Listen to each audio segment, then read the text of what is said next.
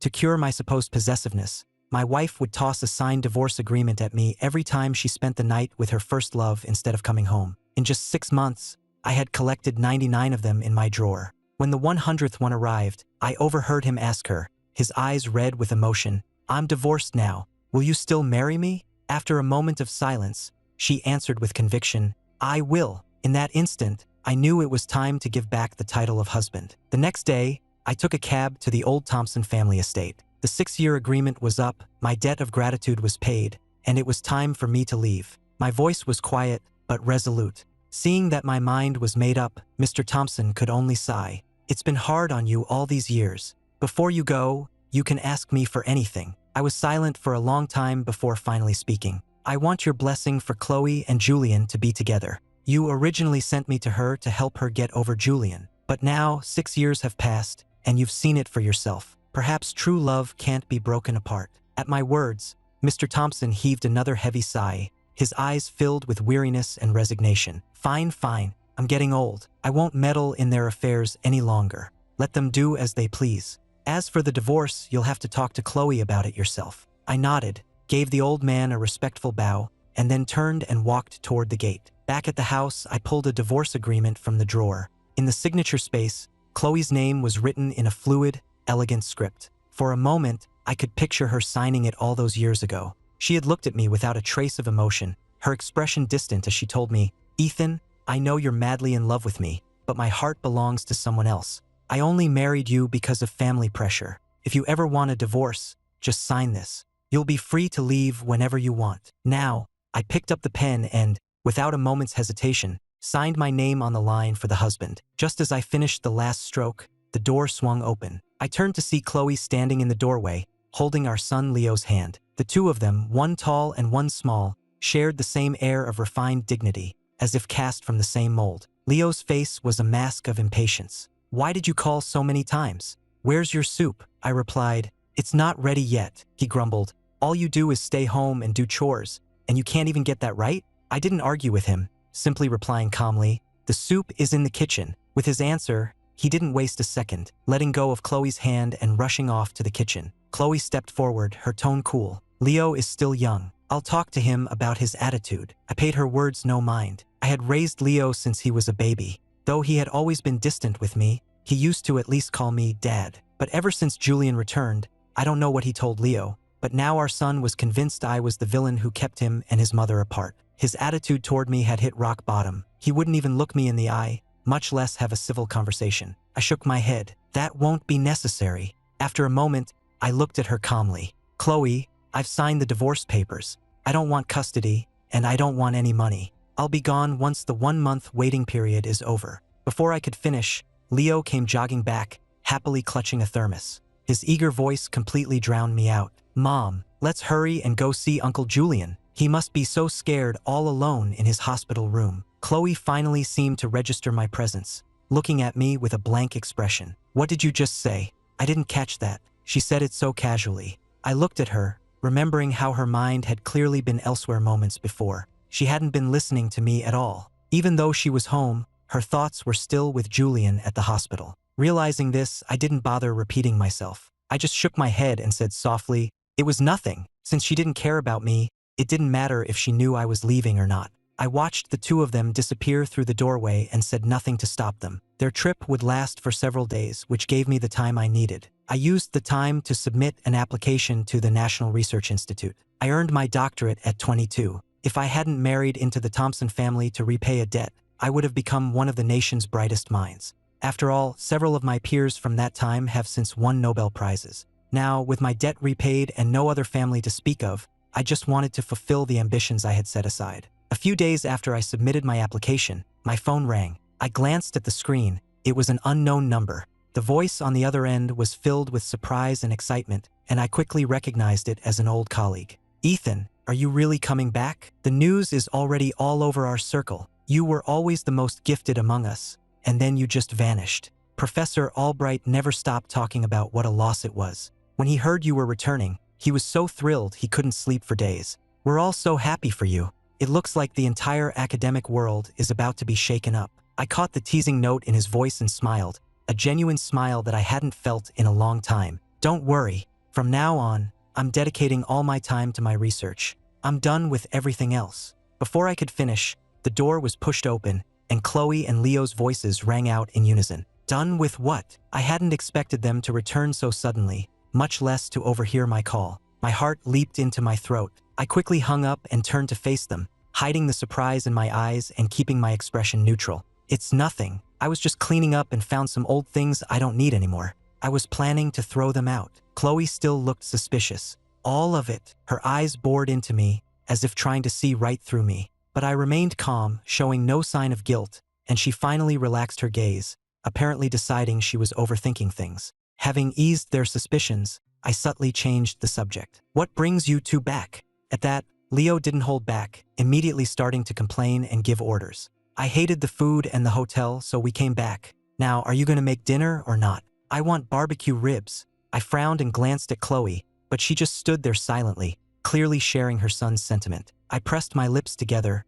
turned toward the kitchen, and suddenly felt a wave of self-pity. For years, I had been both a husband and a housekeeper, personally attending to their every need, terrified of doing anything that might displease them. In the end, I had truly become nothing more than their live-in help, with no respect and not a single word of thanks. After a long time working alone, I finally brought the meal to the table. Seeing them sit down naturally next to each other, I took a seat on the opposite side of the table and made a suggestion. We should bring the old staff back. When Chloe and I first moved into this mansion, it was fully staffed, but their cooking was never to her taste, and their care never measured up to mine. Besides, Chloe didn't like having strangers in the house, so she sent them all back to the main estate. Chloe furrowed her brow. This was the first time I had ever asked for anything. She looked at me, puzzled. I looked at her and explained calmly, I'll be leaving soon, and there will be no one to take care of you. It's best you start getting used to it. At my words, her frown deepened. Leaving? Where are you going? Leo finally put down his fork and looked at me, a flicker of contempt in his eyes. Are you mad because we've been busy taking care of Uncle Julian? But where would you even go if you left us? Chloe's gaze was intense. She was thinking that I had never held a job, had no work experience, no credentials. Without the Thompson family, without her, where could I possibly go? She was certain I would never leave. Neither of them gave the conversation a second thought. I didn't bother explaining further.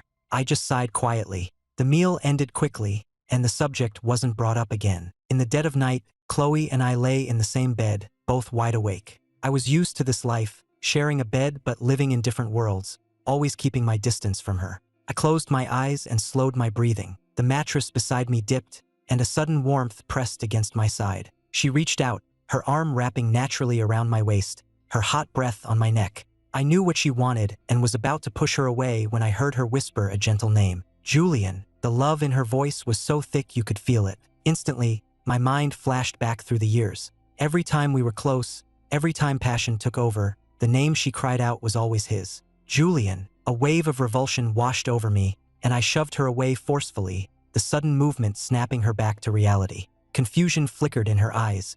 She had no idea what was wrong. Was it really just because she had said his name? It wasn't the first time, after all, and she had told me from the very beginning that she loved someone else. So what was I making a scene about now? I could read the questions in her eyes, so I simply got out of bed. Grabbing a comforter, I headed for the door. I'm sleeping in the guest room, I said without looking back. Chloe couldn't find the words to ask me to stay. She just sat on the bed, watching my retreating back as I left without a second thought. A complex emotion flickered across her usually stoic face. In the days that followed, neither of us made the first move to reconcile, and our relationship remained in this cold, distant state. This continued until Leo's birthday, for which Chloe threw a massive party. Many guests were in attendance, including Julian. I sat in a corner watching my wife and son. They were both hovering around Julian, doting on him, attending to his every need. The three of them were so intimate and affectionate, they looked more like a family than we ever did. A few guests approached with champagne flutes,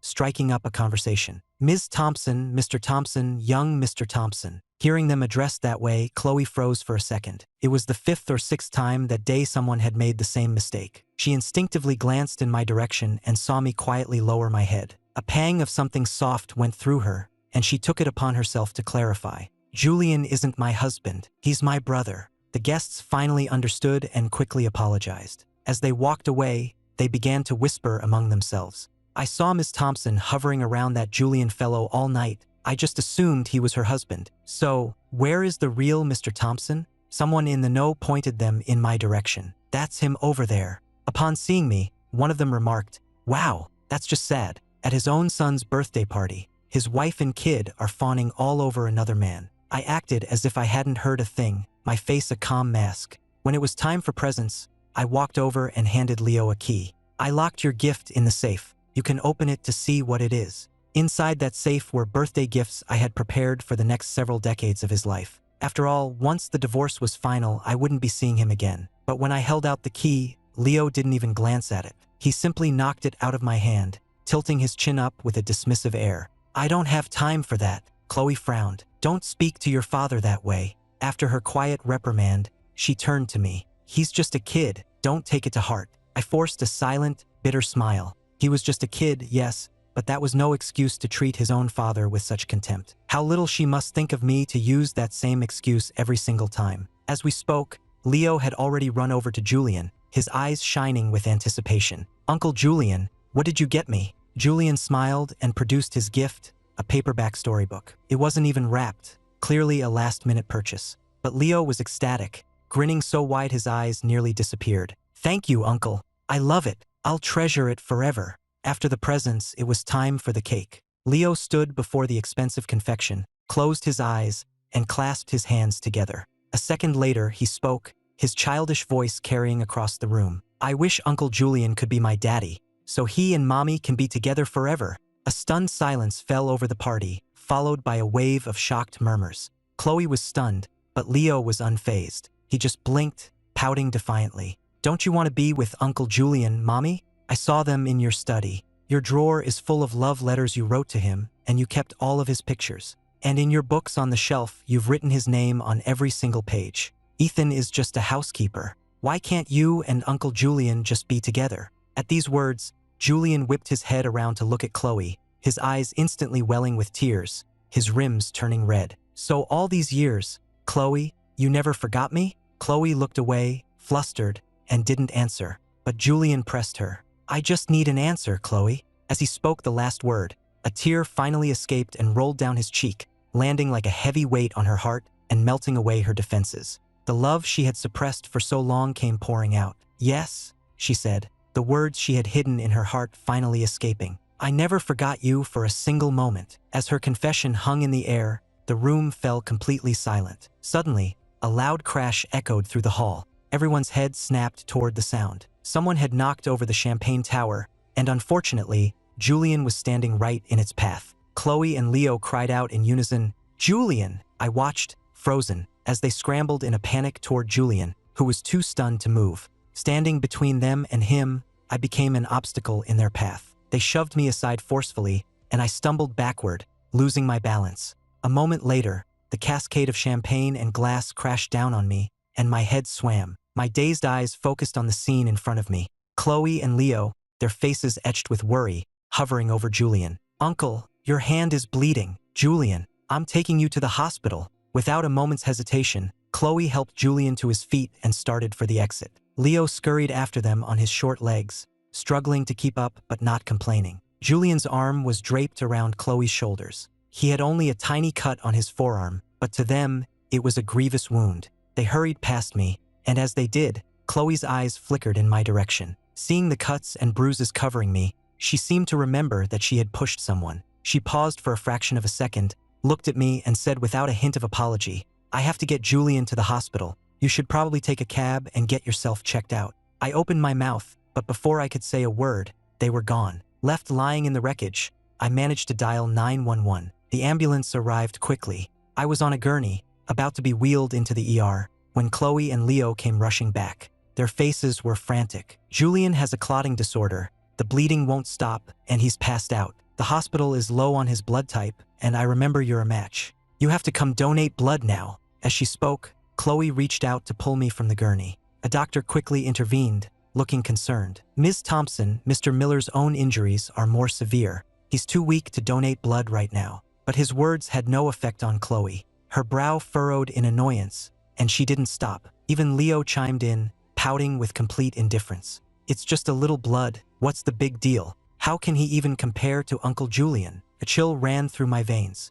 I turned my head, trembling, to look at them. They met my gaze without a hint of shame. I was used to their indifference, but hearing those words still sent a sharp pain through my chest. For 6 years, I had devoted myself to caring for them. I never expected them to love me the way they loved Julian, but how could they be so cruel? They dragged me, stumbling, to the donation room. The needle slid into my vein, but the sting was nothing compared to the ache in my heart. As the bag filled, dizziness washed over me again, and I could feel the color draining from my face. I couldn't stand it any longer and tried to get up. A shadow fell over me, and a hand pressed my arm firmly back down. I turned to see Chloe and Leo on either side of me, holding me in place. Chloe spoke, just a little more, to be safe for Julian. As soon as she finished, Leo added his own encouragement. Yeah, take more. Take as much as you need. Just make sure Uncle Julian is okay. Their faces were masks of pure anxiety for Julian. They paid no attention to me, the person actually giving blood, only urging the nurse to take more. Already weak from my injuries, I finally passed out. When I came to, I was surprised to find Chloe and Leo waiting by my bedside. When she saw I was awake, a complex emotion flickered in Chloe's cool eyes. After a moment, she was the first to speak. I didn't know you were anemic. Why didn't you say anything? I gave a bitter laugh. You dragged me here to donate blood. When was I supposed to explain? Besides, even if I had told you, would it have stopped you? My question was met with silence. They didn't have to answer. The truth was obvious. They still would have forced me. Just like when they dragged me here, my own wounds were still fresh, and the doctor had warned them I was too weak. How had they responded then? Her lips parted, and for the first time, her cool voice held a trace of guilt. I was wrong this time. I'm sorry. Ask for anything, and I'll give it to you. I closed my eyes and answered in a hoarse voice. What I wanted most, I already have. Chloe cleared her throat, her expression suddenly awkward. Seeing the look on my face, she seemed to have a moment of realization. In her mind,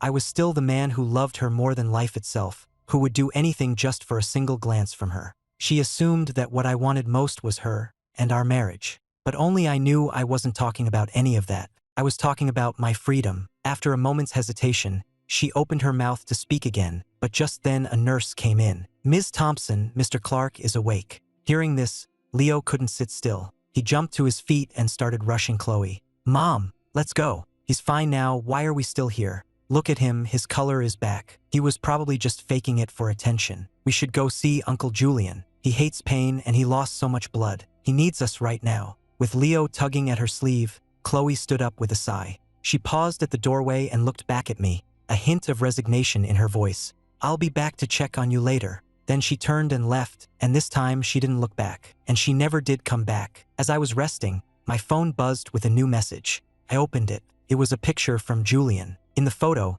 Chloe was holding a bowl of soup, her eyes filled with a tenderness so deep you could drown in it. Another photo showed Leo at the foot of the bed, dutifully massaging Julian's legs. A series of iMessages from Julian followed. You saw what happened at the party. Chloe's heart is still mine. Your son adores me. You're nothing but a housekeeper. It's time for you to step aside. His taunts landed, but they failed to stir any emotion in me. I paused, then typed a short reply. Don't worry. Soon, very soon, they'll both be all yours. He responded almost instantly. What's that supposed to mean? But no matter how many more questions or messages he sent, I ignored him. A few days later, I had fully recovered. Chloe came to pick me up on the day of my discharge. Julian was being discharged at the same time. After we finished the paperwork and headed to the car, Chloe hesitated for a second as she opened the front passenger door. Julian walked up with a wide grin, took her free hand, and gestured to the open door with an air of casual intimacy.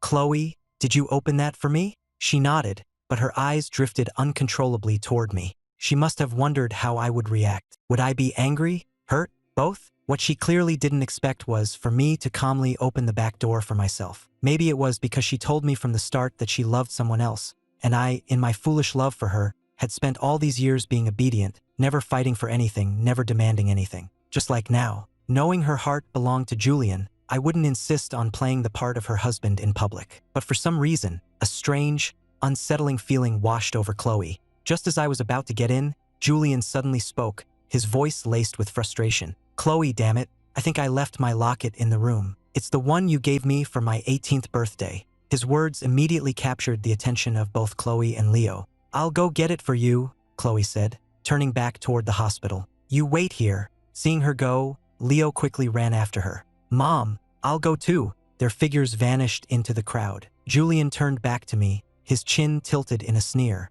"You've got some nerve, sticking around after all this. Ethan, if I were you, I'd have tucked my tail between my legs and disappeared by now." I had no time for his theatrics and no desire to listen to him, so I didn't even spare him a glance. My indifference seemed to enrage him, and he began spewing a stream of insults, which I continued to ignore. Then I heard the sharp crack of a slap. I turned my head to see a red handprint blooming on Julian's cheek. He looked at me, his eyes welling with tears. "Ethan, whatever was between Chloe and me is in the past. If you don't like me, I can stay away. Why did you have to hit me?" A second later, Chloe and Leo were on us like a storm. They shoved me back hard. Seeing Julian's tear-streaked face, Leo flew into a rage. He ran up to me and started hitting me with his small fists. "Just because you had to give some blood, you're going to hurt Uncle Julian? You're evil." I wasn't expecting Leo to attack me. He must have truly hated me, because he put all his strength into those punches, and they stung. When Leo finally seemed to run out of steam, Chloe stopped him, her face a cold mask. When she looked at me, her eyes were like ice, devoid of any emotion. I couldn't tell what hurt more, my face or my heart. When I finally found my voice, it came out hoarse. "Chloe, Leo, I didn't hit him. There are security cameras everywhere. You can check the footage if you don't believe me." But neither of them listened. They helped Julian into the car, one on each side, and drove off without a backward glance, leaving me standing there in a cloud of dust. I let out a bitter, self-mocking laugh. What was the point of trying to explain myself when Julian was involved? I had been a fool to even try. When I got home, the house was empty. I knew Chloe and Leo were with Julian. Looking around the lifeless mansion, I checked the calendar and remembered the divorce waiting period would be over in 3 days. I could finally be completely free of them. From then on, my life would be my own, and I would have nothing more to do with them. 3 days until my departure, Chloe and Leo still hadn't returned. I received a video. In it, Chloe, who had never so much as boiled water, had personally cooked an entire feast. The perpetually spoiled Leo was peeling fruit and feeding it to Julian. In my 6 years of marriage, I never knew Chloe could cook, or that Leo could be so attentive. I turned off the video, slid the wedding ring from my finger after 6 long years, and pulled out the collection of Leo's childhood drawings I had kept in my nightstand. I threw them all in the trash. 2 days until my departure, I received a second video. This one showed Chloe, Leo, and Julian standing in a vast field of purple lavender. Chloe's eyes were overflowing with adoration. "Julian, you once said you loved lavender, so I planted this entire field for you. Do you like it?" Leo tugged on his sleeve, holding up a small purple bracelet. "Uncle, this is for you.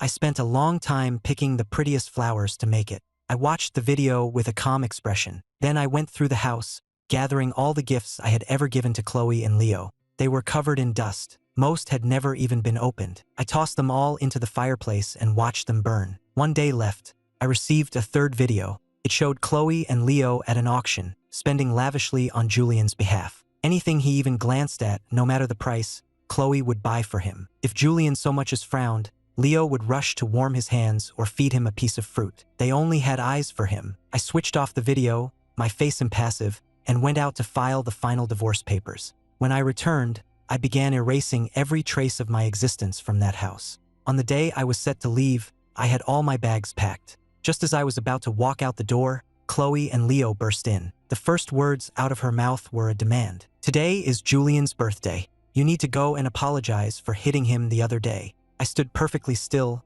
my expression calm, and simply looked at them. For some reason, both Chloe and Leo felt their hearts begin to race, a sense of panic rising within them. "You were the one in the wrong. Don't you think you should apologize?" Chloe demanded. As soon as Chloe spoke, Leo seemed to find his courage, clutching her hand and chiming in. "That's right. You hit Uncle Julian, so you have to say you're sorry." I continued to just look at them, saying nothing. Just when they both assumed I would stubbornly refuse, I turned and spoke. "I understand. You two go on ahead." Chloe stared at me for a moment, then her brow furrowed. "You're not coming with us?" I replied, "Since it's a party, I should change into a suit and clean up a bit. You know how much you hate waiting. Besides, it's Julian's birthday. I'm sure he'd want you there from the very start." My calm, logical explanation left her speechless. Leo shot me a few disdainful looks. "You just cook all day. What do you need to get dressed up for?" I stopped walking, and my gaze darkened. A flicker of fear crossed Leo's eyes, and he fell silent. Annoyed at being silenced, he grabbed Chloe's hand to leave, but I called out to them again. They turned to see me emerge from the bedroom with a gift box. "This is my present for Julian," I said, holding it out to them. "Please give it to him for me when it's time. And remember, you have to play it for everyone right then and there." Inside was the security footage from the hospital. Since they wouldn't look at the truth, I would show it to everyone else. I made sure to emphasize the words right then and there. Though Chloe seemed confused, she agreed. She took the gift, and the two of them turned to leave once more. Suddenly, I called out his name. "Leo." He turned back, his face already a mask of impatience, and I said softly, "Goodbye." I paused, then looked at the elegant woman beside him and said my final farewell. "Goodbye, Chloe." She turned back to look at me. I was standing under a lamp, silhouetted by the light, so she couldn't make out my expression, only the faint outline of a smile. She seemed startled. When had I become so thin? I looked as if a strong gust of wind could carry me away,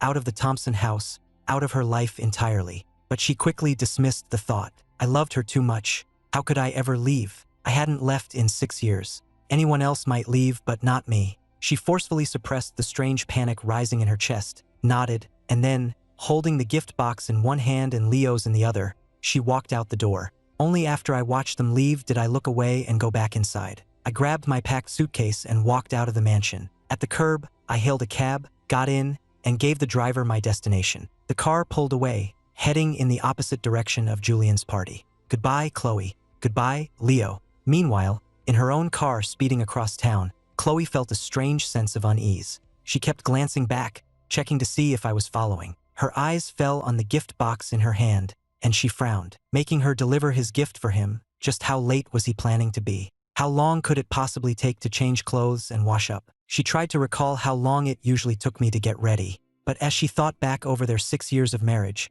she realized I rarely ever dressed up at all. Maybe Leo was right and my life really was just cooking and cleaning, or maybe I just didn't care about my appearance. She couldn't remember. When the car finally stopped, Leo waited for a moment, and when Chloe didn't move, he opened the door himself and hopped out. Seeing she still wasn't getting out, he poked his head back in and tugged on her sleeve. "Mom, we're here. We have to go find Uncle Julian." He called to her a few more times, and when she still didn't respond, he raised his voice until it was shrill. Chloe finally snapped out of her daze. She looked out the window at the gates and realized they had arrived at Julian's mansion. She got out of the car, clutching the gift box, a strange melancholy settling over her. Leo took her hand, sniffing unhappily. "Mommy, what were you thinking about so hard?" The question made her realize that for the entire drive, her thoughts had been consumed by one person, me. I was the one making her so distracted. A strange feeling pricked at her. Leo, seeing her zone out again, tugged her hand impatiently.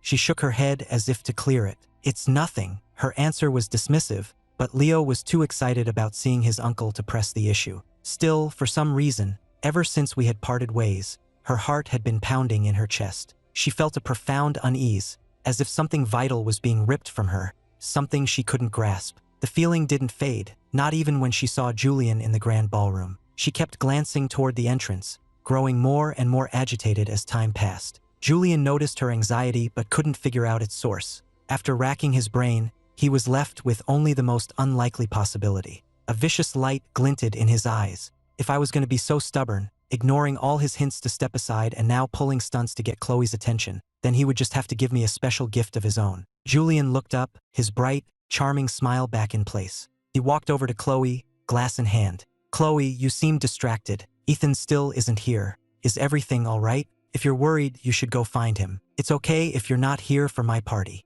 He sounded so considerate, but there was an undercurrent of hurt in his voice that was impossible to miss. Chloe's heart softened, and her expression relaxed. What could he possibly be doing? "It's your birthday. Of course I'm going to stay with you," Leo chimed in, sidling up to him with a grin. "Yeah, Uncle Julian, nothing is more important than your birthday. Don't worry, we're not going anywhere. And when that man finally shows up, we'll make him apologize to you in front of everyone." It wasn't the first time Leo had refused to call me his father. In fact, Chloe had encouraged it. But for some reason, hearing Leo call me "that man" just now sent a sharp spike of annoyance through her. She opened her mouth to scold him, but the sight of Julian and Leo getting along so well made the words die in her throat, leaving her with an uncomfortable, choked feeling. After a moment, she sighed. "Let's just head into the party." Soon, it was time for presents. A parade of extravagant gifts was presented to Julian, feeding his vanity. When it was Chloe's turn, she thought for a moment, then brought out the box I had given her. "This is from Ethan," she announced. "He said it has to be played for everyone right now, so let's see his first." She opened the box, revealing a small USB drive. She handed it to a member of the staff to set it up. Julian didn't object. He was curious to see what kind of game I was playing. He held his head high, a look of unconcealed contempt on his face. Then, the large screen in the center of the room flickered to life, and every eye in the room turned toward it. A loading bar crept toward 100%. Everyone, not just Julian, was wondering what I, the man who had clung to Chloe for 6 years, could possibly have to show at her true love's birthday party. A montage of our happy moments together? But what happy moments? Everyone in New York knew the CEO of the Thompson Corporation was in love with her adoptive brother. Her husband was just part of a business arrangement. Maybe it was a video of well wishes? They would all just laugh at my pathetic attempt to seem magnanimous. The loading bar finally finished, and an image appeared on the screen. It looked like security footage. A confused murmur went through the crowd. "What is this? It looks like a security camera. What is he doing showing security footage?" As the guests whispered among themselves, Julian, who was on the small stage, saw the familiar setting and his face paled. It was footage from the hospital parking garage, from the day he had framed me. Chloe didn't recognize it at first, but then she saw us appear on screen. Herself, Julian, Leo, and me. It hadn't been that long ago. She and Leo had just been demanding I apologize for that very day. The memory came flooding back, and they both understood. Julian shrieked, "Turn it off! Turn it off now!" He grabbed the nearest glass and hurled it at the screen. The staff, startled by his outburst, moved to shut it down, but Chloe stopped them. Leo looked at Julian, confused by his extreme reaction. Neither he nor Chloe had ever questioned what happened. In their minds, Julian was gentle and kind. He would never be capable of framing someone. So, their first reaction to seeing the video was anger at me. They had only wanted a simple apology, and in response, I was making a public spectacle. But what could I possibly gain from that? Leo didn't think it through. Though still confused, he tried to comfort Julian. "Don't worry, Uncle Julian. If he wants to make a scene, let him. Does he really think this will ruin your birthday? That's pathetic. Let him play it. Everyone will see just how evil he really is." He said this indignantly, completely missing the strange looks on the faces of Chloe and the other guests. Who would be willing to destroy their own reputation just to ruin a birthday party? As expected, the video continued to the point after Chloe and Leo had left, with the camera still focused on Julian and me. The audio was a little distorted from the distance, but Julian's grating voice came through clearly. "You've got some nerve, sticking around after all this. Ethan, if I were you, I'd have tucked my tail between my legs and disappeared by now. If I hadn't been sent abroad for a few years, do you really think you would have ever been Mr. Thompson? Look at yourself. Look at your clothes. You're a pathetic house husband. What makes you think you can compete with me?" The vicious taunts continued, one after another. You couldn't see my face clearly in the video, but Julian's twisted, sneering expression was perfectly visible. On the screen, I remained impassive, but in the ballroom, the crowd erupted in shocked whispers. Who could have imagined that Julian, who always presented himself as a charming, wealthy heir, was secretly acting like a homewrecker, taunting the husband to his face? But the biggest shock was yet to come. On the screen, Julian suddenly slapped himself hard across the face. A red mark appeared on his pale skin, and his eyes filled with tears, making him look utterly pathetic. Then he tearfully accused me of hitting him. A moment later, Chloe and Leo returned. They heard his accusation, saw the red mark on his face, and exploded. One of them began punching his own father. And when I tried to explain that I hadn't touched him, that there was security footage to prove it, all three of them simply walked away, ignoring my words completely. The murmuring in the room died down, and all eyes were fixed on the trio at the center of the drama. The Thompson Corporation was one of the most powerful institutions in New York,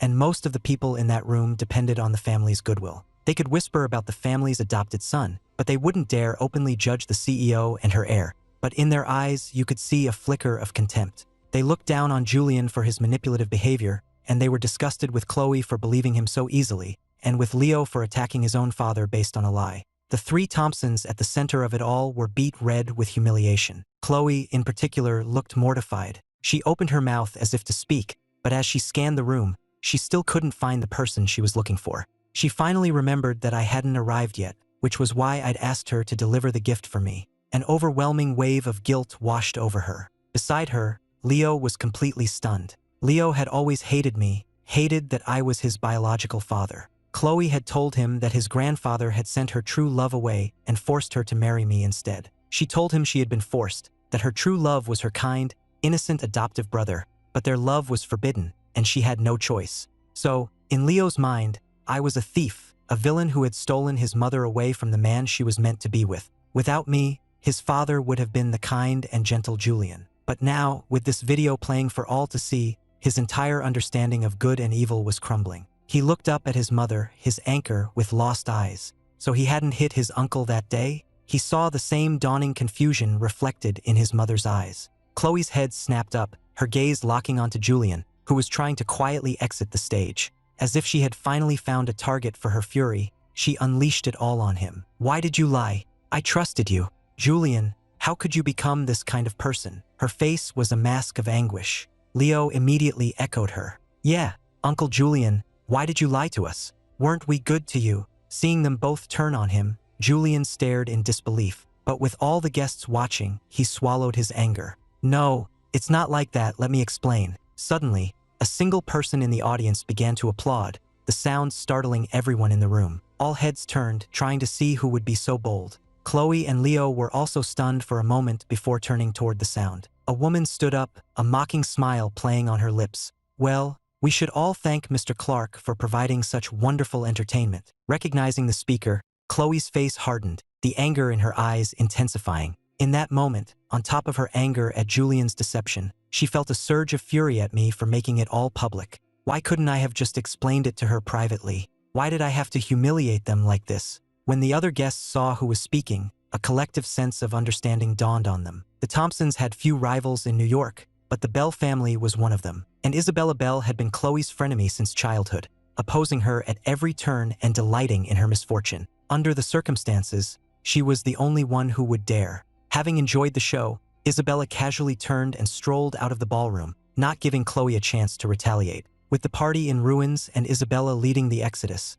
the other guests quickly made their excuses and departed. In the blink of an eye, the once bustling ballroom was empty, save for Chloe, Leo, and Julian. The party was over, and I still hadn't shown up. It was obvious now that I had separated from them with no intention of ever coming. Chloe finally understood. I had played them all, and now they were alone. Chloe's expression of anguish vanished, replaced by cold fury. She raised her hand, and the sharp crack of a slap echoed in the empty room. Julian's head snapped to the side from the force of the blow. After a stunned moment, his face twisted in disbelief. You hit me? Chloe, you actually hit me. Tears welled in his eyes, real tears of shock and hurt this time, not the crocodile tears from before. Meeting his wounded gaze, Chloe felt none of her previous sympathy. I saw you slap yourself earlier. I just assumed you enjoyed it. She smiled, but it was a cold, empty smile that didn't reach her eyes. As she finished speaking, Leo, his own eyes filled with tears, launched himself at Julian, beating on him with all his might. Julian cried out in pain, but Leo didn't stop. You're a liar. You lied to us. You're a bad guy. He had completely forgotten that just a short while ago, he had wished for this very man to be his father. As the only son of the Thompson CEO, he was the heir apparent to the entire corporation. He was used to being flattered and fawned over. When had anyone ever looked at him with such disdain? Finally, Julian couldn't take the beating anymore and shoved Leo with all his strength. A 5-year-old boy was no match for an adult's desperate push, and he went flying. Julian, breathing heavily, used a table to pull himself to his feet. He looked at Chloe and Leo, and a strange, broken laugh escaped his lips. Chloe's brow furrowed. What's so funny? Her voice was filled with disgust, but also a hint of panic. My behavior lately had been so out of character. The old me would never have made such a public scene, no matter how angry I was. Of course, the old me was never angry at all. Just like at the party, when she had confessed her love for Julian in front of everyone, I had just stood there silently. The man who loved her so much would never do something to publicly humiliate himself, would he? Seeing her frown, Julian only laughed harder. What am I laughing at? I'm laughing at your hypocrisy. I'm laughing at how you and your son are both pathetic. He spat the words at them, then gave a self-deprecating chuckle. And I'm laughing at myself, for ever believing people like you were capable of genuine emotion. Did I force you to believe me without question? Chloe, look at me. We loved each other. So what if I framed him? He's just some guy you married for convenience, a glorified housekeeper. Are you really going to treat me like this over him? Leo wanted to argue, but he didn't know what to say. He looked helplessly at his mother, searching for guidance. Chloe instinctively shot back at Julian. He's not just some guy we married, and he is not a housekeeper. After she spoke, Leo chimed in, his voice filled with righteous anger. Don't you talk about my dad like that. But Julian's expression, a mixture of surprise and mockery,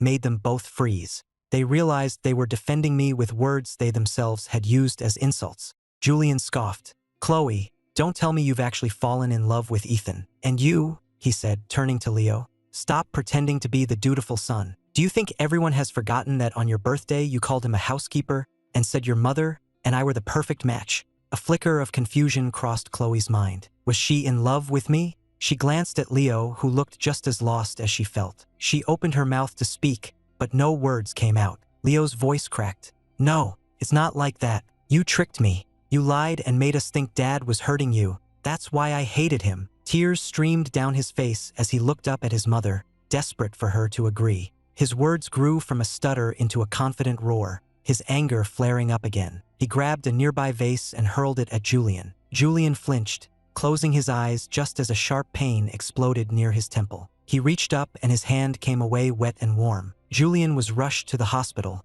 but neither Chloe nor Leo spared him a second glance. They hurried home, their minds filled with questions they needed to ask me. But when they threw open the doors to the mansion, they found it empty. I was gone. They searched every room, the bedroom, the kitchen, the bathrooms, the backyard. They soon realized it wasn't just me who was gone. Every single thing that belonged to me had vanished. After a long, fruitless search, Leo tugged on Chloe's sleeve, his face crumpled and on the verge of tears. Mommy, did Daddy leave me? But Chloe had no time to comfort him. Her own mind was a tangled mess. She didn't know what to do, so she just kept dialing the same number from her contacts over and over, a number she had never even bothered to save with a name. After dialing it so many times, she had the number memorized. Each time, she was met with an automated message before the call disconnected. None of her calls were going through. I had blocked her number. Chloe stared at the number on her screen. Just then, her own phone began to ring. She looked at it eagerly, but her face fell when she saw the caller ID. It was her grandfather. Mr. Thompson's voice was grave. Is Ethan gone? She didn't answer for a long moment, but even without her confirmation, he already knew the answer. It had been exactly a month since our contract ended, and news of the fiasco at Julian's birthday party had reached him. My departure was exactly what he had expected. He sighed heavily, his voice laced with disappointment. I told you from the beginning that you and Julian were impossible. You were never right for each other. When you agreed to marry Ethan and have his child, I thought you had finally moved on from Julian. But in the end, Chloe, you have disappointed me more than I can say. Chloe's brow tightened, her grandfather's lecture making her frustration boil over. She was about to hang up when something in his words caught her attention. Her eyes narrowed, and her voice turned to ice. You knew Ethan was leaving, didn't you? Did you send him away? Where is he? The questions tumbled out, one after another, her voice rising with hysteria. The pain of being separated from her love 6 years ago came rushing back, and she unleashed all her pent-up frustration on her grandfather. She was so consumed by her own emotions that she didn't notice Leo letting go of her hand. He backed away, a look of fear in his eyes. He had never seen his mother like this before. To him, she was the calm, composed CEO, the impeccably dressed executive, the decisive, no-nonsense mother. She was never the screaming, red-eyed stranger. It wasn't the first time she had lost control, but now even her grandfather was a target for her rage. He turned and slipped quietly out of the mansion. He wasn't going to just stand there and wait. He was going to find his dad. He didn't want this mother anymore. Chloe, lost in her own storm of emotions, didn't even notice he was gone. In the past, Mr. Thompson had felt a sliver of guilt for sending her true love away. But now, she had driven away the man who loved her all on her own, leaving him with no way to intervene. This time, he would not protect her from the consequences. Mr. Thompson's voice was cold. This time, he left of his own accord. Or perhaps, Chloe, it's more accurate to say that you drove him away, because you don't know how to love or respect another person. He snorted, tearing away the last of her delusions. You didn't actually think Ethan stayed with you all these years because he was in love with you, did you? Chloe froze. What are you talking about? A part of her screamed not to listen, and her thumb hovered over the end call button. But it was as if her grandfather could read her mind, and he laid out the whole truth before she could hang up. Ethan was never in love with you. He was repaying a debt to me. I sent him to you. He was a tool, meant to act like he loved you, give you a child, and make you forget about Julian. I heard Julian was injured today, and you didn't even go to see him." He chuckled humorlessly, not waiting for a reply. It seems the boy's mission was a success after all. Before he left, he asked me to give you my blessing to be with Julian, and I agreed. So from now on, I won't interfere in your life. Though from the looks of it, you don't need my help to ruin it.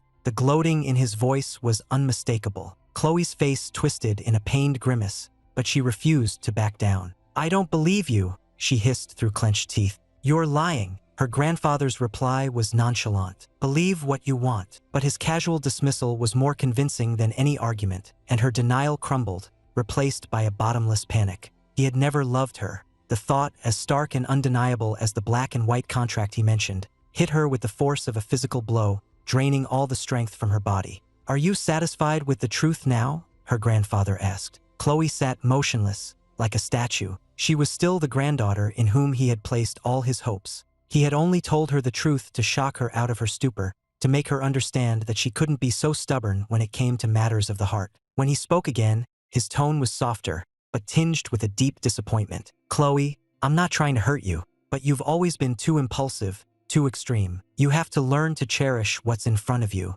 Nothing and no one will wait for you forever. I kept this from you because I was afraid you couldn't handle it, but the truth is, if Julian had been stronger back then, if he hadn't panicked and taken the money to leave the country when I told him he'd have to give up the Thompson lifestyle to be with you, I would have given in. I would have found a way to make it work. But you were a poor judge of character, willing to throw away the entire company for a man like that. And as for Ethan, if you had shown him even an ounce of genuine affection over these past 6 years, I don't believe he could have been so cold. I don't believe he would have just walked away from his own child. In the end, you failed him. If I were you, I wouldn't be sitting here wallowing in self-pity. I'd be out there finding him, explaining, trying to win him back." Hiding by the doorway, Leo heard every word. The long conversation was hard for him to fully grasp, but one sentence stuck in his mind. "In the end, you failed him, and that's why he left his own child. So it was his mother's fault. It wasn't like she had always said, that his dad was the only thing keeping her from Julian. All this time, he had been wrong about his dad. He had hurt the one person in the world who should have loved him most, all for someone else."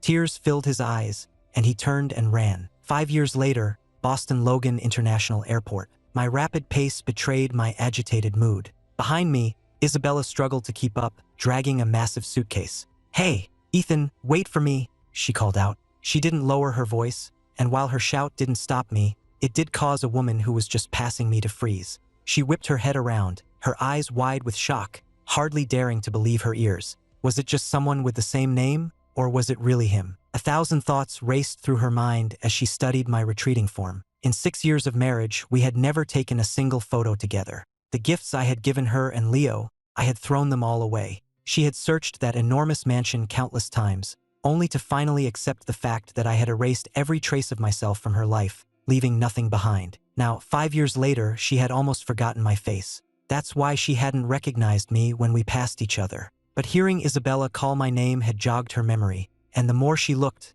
the more certain she became. The shock was so sudden that when she finally spoke my name, her voice was barely a whisper. "Ethan." Even after 5 years, I recognized her voice instantly. It was Chloe, the woman I had been married to for 6 years, the woman who had been the source of my 6-year-long nightmare. I slowed my pace for a fraction of a second, and Isabella caught up. She glanced at the stunned Chloe and rolled her eyes. Before Chloe could react, Isabella took my hand and began leading me toward the exit. "Don't be mad anymore," she said brightly. "I made reservations at the Union Oyster House. We can go get dinner, okay?" Hearing the name of my favorite restaurant, my frustration melted away. I didn't say anything, which was my silent way of agreeing. We both pretended not to see Chloe and continued on our way. She hurried after us, but the sight of Isabella holding my hand made her stop short. It was finally dawning on her that my relationship with Isabella was not just casual. She couldn't tell if she was angry or hurt, but before her mind could decide, her body acted on its own. "Ethan, wait!" She had meant to stop me, but her call only made us walk faster. She watched as Isabella and I got into a waiting car without a moment's hesitation. The door slammed shut, and the car sped away, leaving her in a cloud of exhaust. She lowered her arm, defeated, just as the voice of a business partner crackled from her phone. "Ms. Thompson? Miss Thompson, are you there?" By the time Chloe snapped back to reality, the line was dead. She ignored it, her fingers flying across her screen as she dialed another number.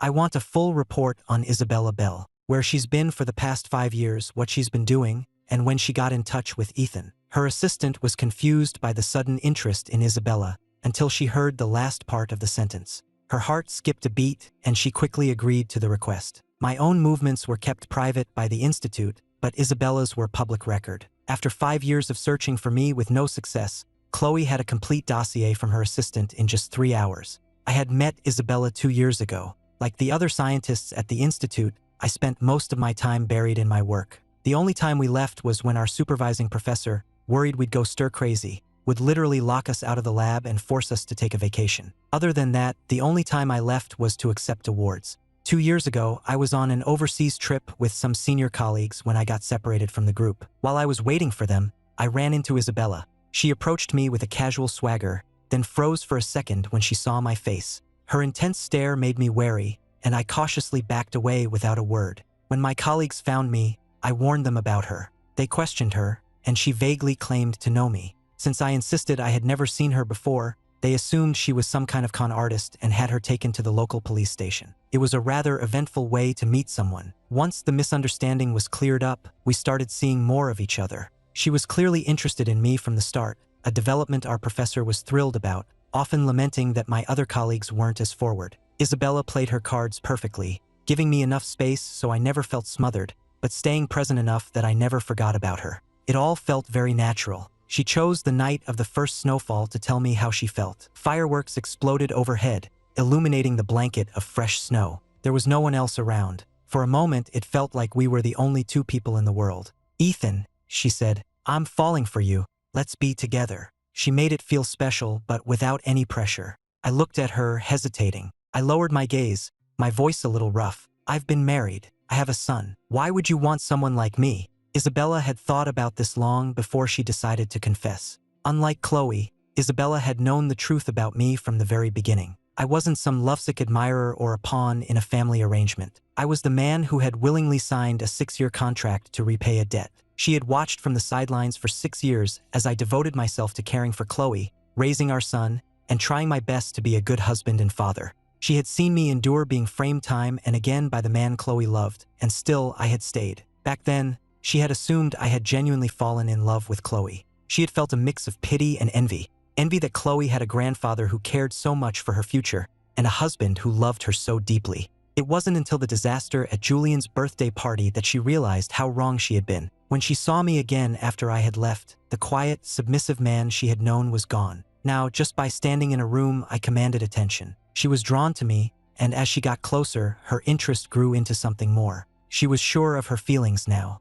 It wasn't a whim, and it wasn't some childish competition with Chloe. It was because of me, the real me. "Ethan, I know all of it," she said. "And because I know, I also know that I'm falling for you, and none of that changes it. I'm doing this because I like you, and for no other reason." The sincerity in her eyes was so profound, I couldn't bring myself to turn her away. Because of that 6-year contract, because of Chloe's closed heart, because the son I had raised had grown to despise me, I had started to believe I wasn't cut out for family life. But looking into her eyes now, I felt a flicker of hope. Maybe I could try again. The worst that could happen was a repeat of the past. So I took her hand. A real smile spread across my face, a smile that seemed to catch her by surprise. Everything felt right. I accepted, and we became a couple. After that, she was always by my side. And today was our 1-year anniversary. The reason I had been agitated earlier was because I had just found out that Isabella had pulled several all-nighters just to clear her schedule to come to Boston and celebrate with me. I was just worried about her.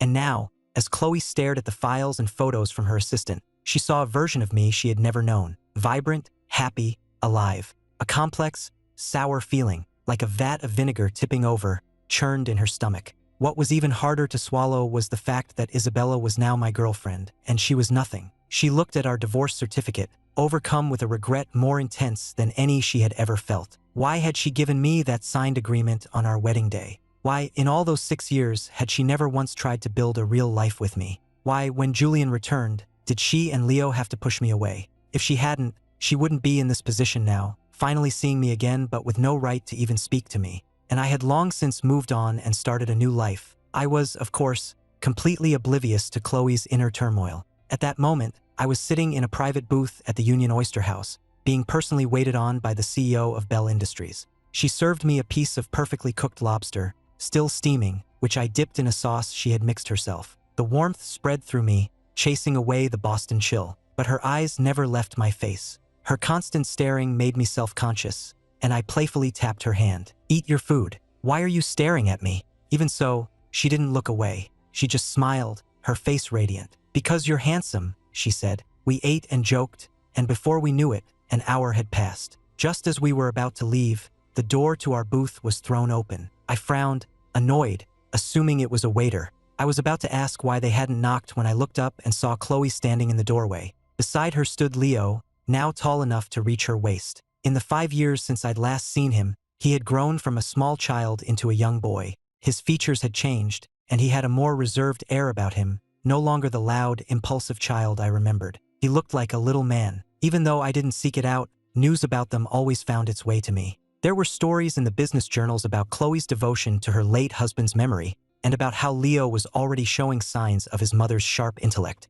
I never commented on these stories, but whenever they came up, someone would inevitably remind me of how they had once condemned me based on a lie. Now, seeing them both in person, the passage of time felt real. Leo was so grown up. Isabella noticed my distraction. She squeezed my hand, then slid from her seat across the table to the one next to me. The move was a clear display of possession. When she looked up at Chloe, her eyes were full of challenge. I didn't stop her. Instead, I pulled my gaze away from Leo and shifted even closer to her. That small movement was all it took. Leo's eyes instantly turned red. He pouted, his voice thick with hurt. "Daddy, I missed you so much. Why did you never come look for me?" He looked like a lost, abandoned child, his voice choked with helpless sobs. The other diners in the restaurant began to notice the commotion and turned to stare. Chloe, sensing the eyes on them, quickly ushered Leo into our booth and shut the door, closing us off from the rest of the restaurant. The moment they were inside, Leo tried to rush toward me, but Isabella quickly blocked his path. "Hey, what do you think you're doing?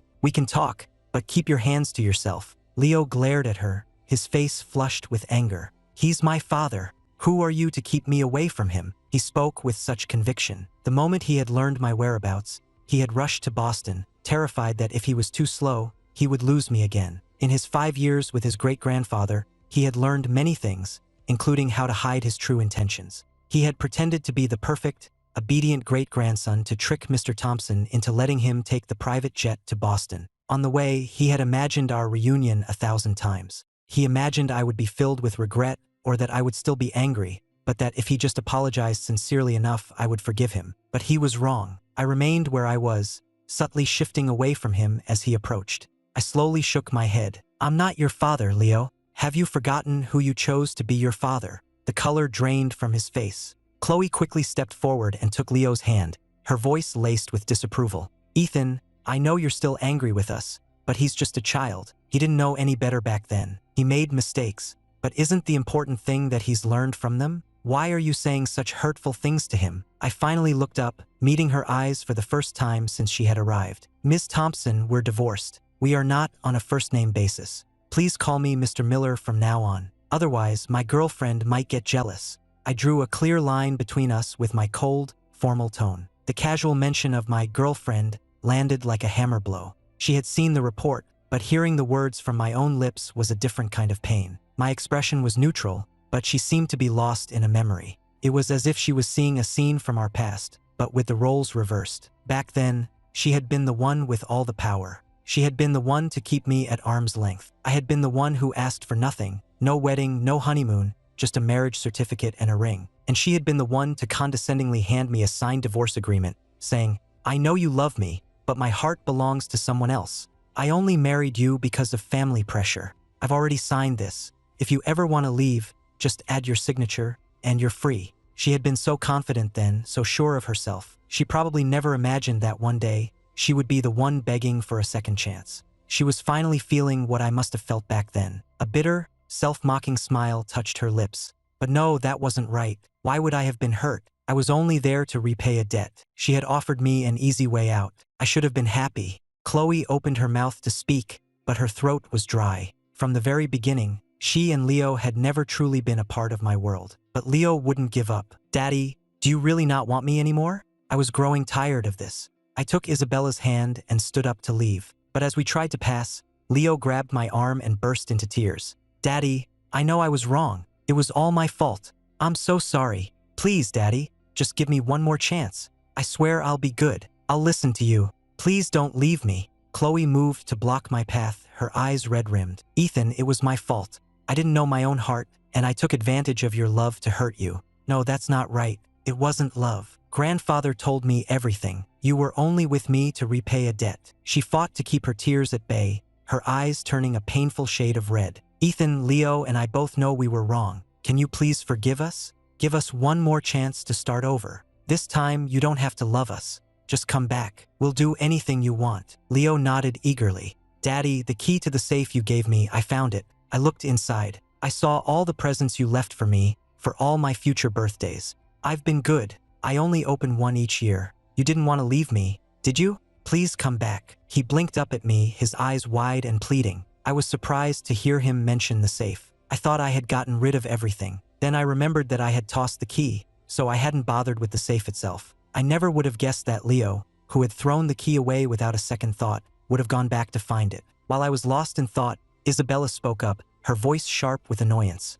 Am I invisible? Trying to steal my boyfriend right in front of my face. Chloe, when did I ever give you the impression I was a pushover? Chloe ignored her completely, her eyes still fixed on me, waiting for my answer, her heart pounding with a mixture of hope and fear. As for Isabella, they were already rivals. What did it matter if she hated her a little more? All she wanted now was me. Besides, Isabella must have known about my past with them when she started pursuing me. As they argued, I looked down at Leo. He was still clinging to my arm, his eyes begging me to stay. 5 years ago, before Julian came back, if they had begged me like this, I might have given in. But after everything that had happened, they were no longer the center of my world. Family is important, but my own well-being is more important. No one is obligated to wait around forever for you to get your act together. Before I was a father, I was a person. I gently pried Leo's fingers from my arm and shook my head, speaking to both of them. I lost myself for a very long time. Now, I've not only found myself again,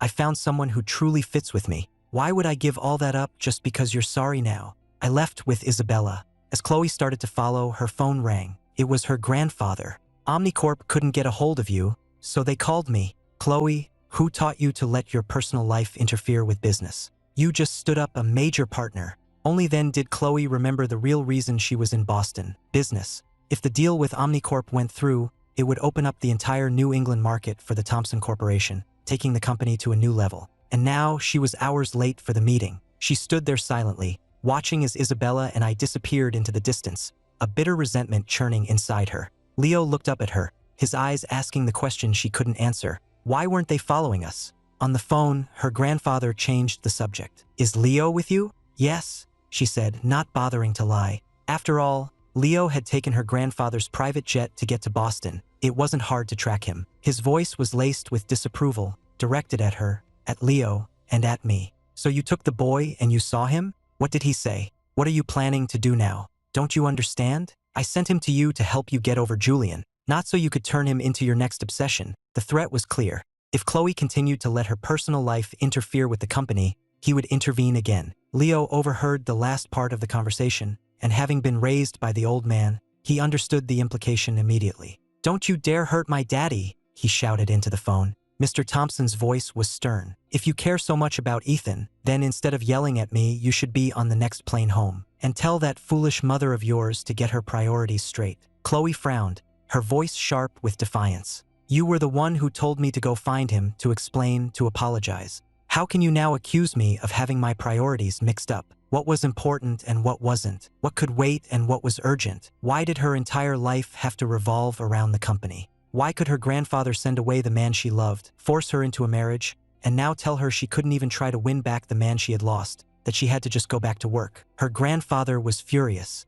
He couldn't believe she was twisting the advice he had given her 5 years ago. I said that to pull you out of your depression. Chloe, don't forget who you are. You are the CEO of the Thompson Corporation. Your every action reflects on this company. For the first time, Chloe felt a certainty in her heart, a resolve even stronger than when she had been willing to give up everything for Julian. I told you back then, and I'll tell you again. I don't want this position. A feeling of helplessness washed over him. For the first time, Mr. Thompson began to wonder where he had gone wrong in raising such a stubborn, irrational granddaughter. After a long silence, he laughed. Do you really think you're irreplaceable? Fine. If you're determined to ruin your life, I won't stop you. But you will put Leo on a plane back here today. The threat was clear, but to Chloe, it felt like a reprieve. She let out a long breath. I'll send him back right now. The next morning, I woke up and habitually reached for my phone to check the time. The moment I unlocked it, a flood of missed call notifications poured in, so many that my phone lagged for a second. My first thought was that something had happened at the institute. I jumped out of bed, rushed through my morning routine, and was about to head out the door.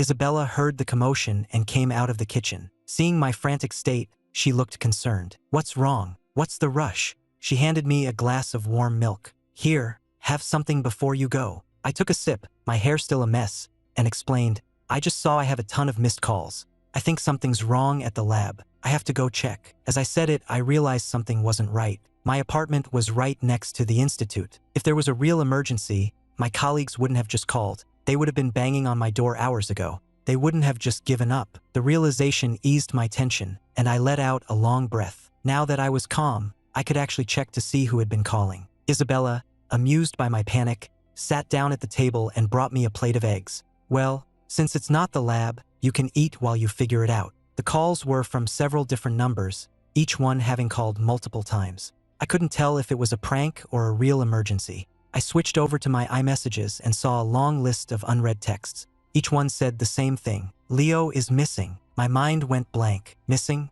What did that mean? But the texts explained the frantic calls. It was Chloe. I quickly scrolled back and called the first number. She answered on the first ring. What happened? I demanded. A wave of bitterness washed over Chloe, but she didn't waste any time. Grandfather told me to send Leo back, so I put him on the plane. But the housekeeper said he never arrived. Then the security detail I sent with him showed up, saying he had been kidnapped. Ethan, I'm so sorry. I failed to protect our son. Chloe's heart was a maelstrom of conflicting emotions. She was furious that someone had dared to kidnap her son, right under her and her grandfather's noses. But she was also heartbroken that it took something this terrible to make me call her. I frowned, a knot of anxiety tightening in my stomach. Leo's been kidnapped? Isabella asked, sitting down beside me with her own breakfast. She had overheard Chloe's voice on the phone. She hesitated for a moment, then asked, Is he in New York? Do you need my help? It wasn't that she cared about the Thompson family's problems, but she knew that Leo was my son. I might have been hurt by his past actions, and I might not have been ready to forgive him, but if he was in real danger, I couldn't just stand by and do nothing. I wasn't that heartless. Thank you, I said. But before Isabella could even begin to make some calls, Chloe received a text from an unknown number. The message was short. I have Leo. If you want him back alive, meet me at Eastville Harbor tomorrow at noon. If you call the cops, he dies with me. My heart leaped into my throat. A kidnapper who didn't want money, what could he possibly want? Isabella and I were on the next flight to New York. The next day, at noon sharp, we arrived at Eastville Harbor. The water was calm. The larger ships were all out, leaving only a single small boat tied to the dock, bobbing on the gentle waves. On the boat were two figures, one large and one small. The kidnapper and his victim. We all recognized him instantly. It was Julian. Chloe's face contorted in a furious scowl. Julian, what the hell do you think you're doing? At the sound of her voice, Julian turned. The long, jagged scar near his eye was stark and ugly in the midday sun. He froze for a second when he saw the three of us. Then a wild, crazed look entered his eyes. Ethan, you came back too. As his gaze fixed on me, both Chloe and Isabella instinctively moved to stand in front of me. Just tell us what you want, Julian, Chloe said. What will it take for you to let Leo go? Seeing me shielded by both women, Julian felt a surge of jealousy so intense it was almost a physical blow. Rage burned in his chest, and the hatred in his eyes was a palpable force. He couldn't understand it. They had both been cast out by the Thompson family, so why was his life in ruins while mine was not? That scar on his face never had to happen, but the Thompsons had been ruthless, patching him up just enough to throw him out of the hospital. He had been disowned, his assets frozen. He was left with a permanent scar and nowhere to go, forced to survive on scraps from garbage cans. And me? I was wearing designer clothes, looking better than I ever had when I was with the Thompsons. And to top it all off, both Chloe and Isabella were protecting me. He couldn't stand it. You want to know what I want? Julian said, holding a knife to Leo's throat. I have two conditions. Meet them and I'll let the boy go. First, you will marry me. Second, you will trade Ethan for him. His eyes were locked on Chloe, placing the choice squarely in her hands. A heavy silence fell, broken only by the whistling of the wind. Handing me over was not an option, not for Chloe, not for Isabella. But they couldn't just abandon Leo either. After a moment of tense silence, Isabella shook her head. The first condition is negotiable. The second is not. Pick something else. Chloe looked ready to explode at Isabella's words, but a shared glance between Isabella and me silenced her. Julian saw Chloe's hesitation, and his own resolve hardened. The standoff continued, until Julian's eyes suddenly narrowed with suspicion. "You're stalling for time, aren't you?" he snarled. "I told you what would happen if you called the police." By the end of his threat, his voice was trembling. Our calm composure was making him nervous. The hand holding the knife tightened, and the sudden pain woke Leo from his stupor. He began to scream, "Daddy, help me!" His terrified screams sent a jolt through my heart. My own heart was pounding in my chest. I could only pray the police snipers had a clear shot. I would not trade my life for his. Julian hadn't expected Leo to wake up, and the boy's frantic cries were grating on his nerves. "Shut up. If you don't shut up, I'll kill you." He glanced over at us to see our reaction, and in that moment, he saw the glint of a rifle scope aimed directly at him. He was no hardened criminal. The sight of the gun sent a wave of pure terror through him, and his hand began to shake uncontrollably. He didn't want to die. Panic clouded his thoughts. He tightened his grip on the knife, his only leverage, and tried to make himself a smaller target. He frantically searched for a way out, and his eyes met mine. He saw the worry I was trying so hard to conceal.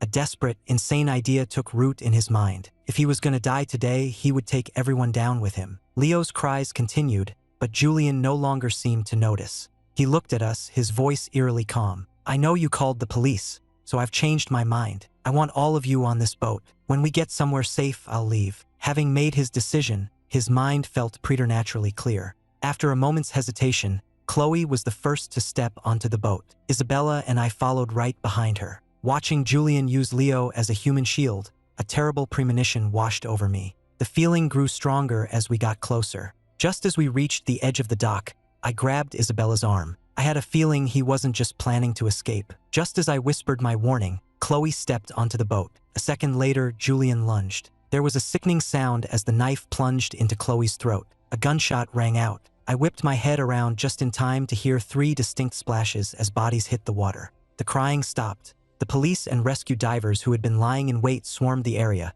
more splashes following as they dove in. When my head cleared, all I could see was the pool of blood on the empty boat and the rescue divers, tethered by ropes, searching the dark water. I tried to speak. "Leo is he." But before I could finish, a crushing weight settled on my chest, my vision went black, and I collapsed. The last thing I heard was Isabella's fading cry. When I woke up, 2 days had passed. The sharp, sterile smell of antiseptic disoriented me for a moment. I couldn't remember the last time I had been in a hospital. I flexed my fingers slightly, and the movement woke Isabella, who had been asleep in the chair beside my bed, her hand holding mine. The television on the wall was playing the news, and a stark headline scrolled across the bottom of the screen. "Former Thompson heir's revenge plot ends in tragedy. CEO and son dead after harbor incident." Her eyes followed my gaze to the screen, and she quickly fumbled for the remote to change the channel. But every station she flipped to was covering the same story. She turned the TV off with an awkward grimace, annoyed with herself for not having done it sooner.